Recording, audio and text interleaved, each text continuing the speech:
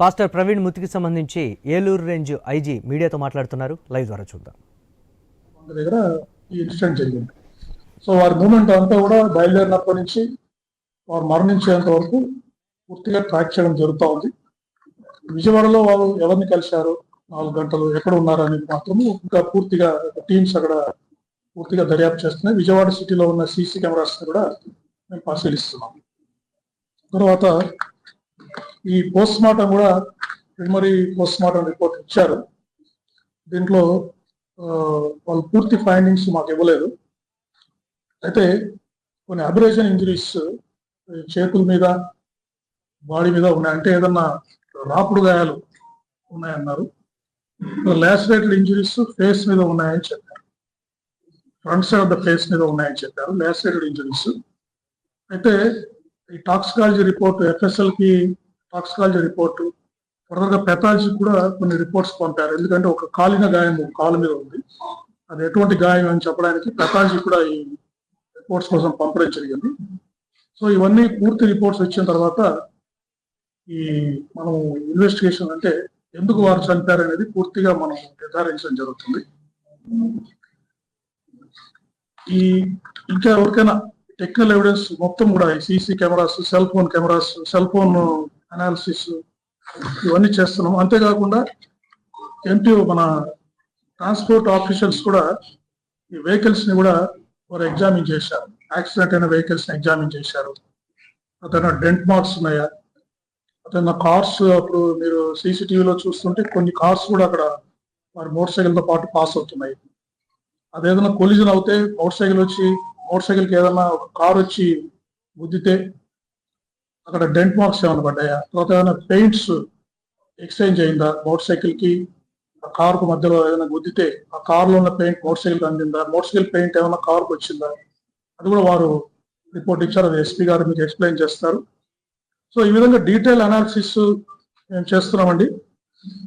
ఇంకోటి నేను ప్రజలకి విజ్ఞప్తి చేసేది ఏంటంటే, ఎవరు ఆందోళన చెందాల్సిన అవసరం లేదు. ఈ కేసుని డీటెయిల్ గా ఇన్వెస్టిగేట్ చేస్తున్నాము. ఎవరికైనా అనుమానాలు ఉంటే కూడా వారిని, నన్ను కానీ జిల్లా ఎస్పీ గారిని కానీ, వాళ్ళ దగ్గర ఏదైనా సాక్ష్యాలు ఉంటే కూడా, వీరి మృతికి సంబంధించి ఉంటే కూడా మమ్మల్ని వచ్చి వాళ్ళు కలిసి ఎక్స్ప్లెయిన్ చేయొచ్చు.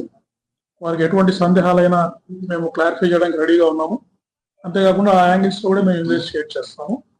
అంతేగాని వీరి మృతి గురించి అనవసరమైన సోషల్ మీడియాలో కానీ అనవసరమైన పోస్టులు పెట్టి విద్వేషాలు సృష్టించే విధంగా చేస్తే మాత్రము చట్ట ప్రకారం చర్యలు తీసుకుంటామని మీకు తెలియజేస్తున్నాను.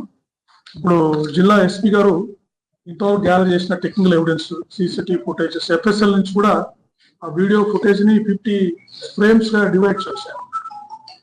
సో డ్రోన్ షాట్స్ అన్ని మీకు ఎక్స్ప్లెయిన్ చేస్తారు. ఐజీ గారికి నమస్కారం. అలాగే ఇక్కడ కూర్చున్న పాత్రికేయ మిత్రులకి, ఇక్కడ నా కొలీగ్స్ కూడా గుడ్ ఈవినింగ్. సో మనం మొట్టమొదటిగా మొన్న ఫస్ట్ ప్రెస్ మీట్ అయిన తర్వాత కొంత ఎవిడెన్స్, ఇప్పుడు సార్ చాలా ఎవిడెన్స్ తెలియజేశారు. ప్రిలిమినరీ పోస్ట్ మార్టం రిపోర్ట్, అలాగే ప్రిలిమినరీ డిటిఓ రిపోర్ట్ ఇవన్నీ వచ్చాయి. వీటితో పాటు ఇప్పుడు మీకు మరికొంత డేటా మేము కలెక్ట్ చేశాము. అది బేసిక్ గా toll plaza from Hyderabad outskirts నుంచి మన యాక్సిడెంట్ సీన్ దాకా ఆయన ట్రావెలింగ్ ది ప్రతిదీ కూడా మనం చేశాము. ప్రైవేట్ సీసీ కెమెరాలు ఏవైతే ఉన్నాయో with in the Hyderabad and with in Vijayawada, ఈ రెండు కూడా మనం ఇంకా ఫర్దర్ గా కలెక్ట్ చేసి అవి కూడా మీకు రానున్న రోజుల్లో ప్రజెంట్ చేస్తాం. సో టోల్ ప్లాజాలో ఆయన మనకి చౌటుప్పల్ ఫస్ట్ టోల్ ప్లాజా దగ్గర 1:29కి స్టార్ట్ అయ్యారు.